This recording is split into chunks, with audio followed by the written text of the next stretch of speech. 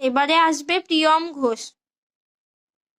নমস্কার, আমি হলাম একটা ডক্টর প্রিয়ম ঘোষ। ছেড়ে দাও ওটা।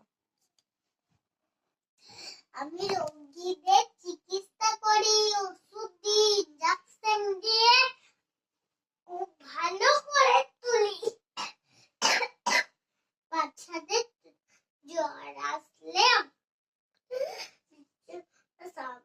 বাচ্চাদের জ্বর আসলে গা পুছিয়ে মাথা ধুইয়ে দিতে হয়।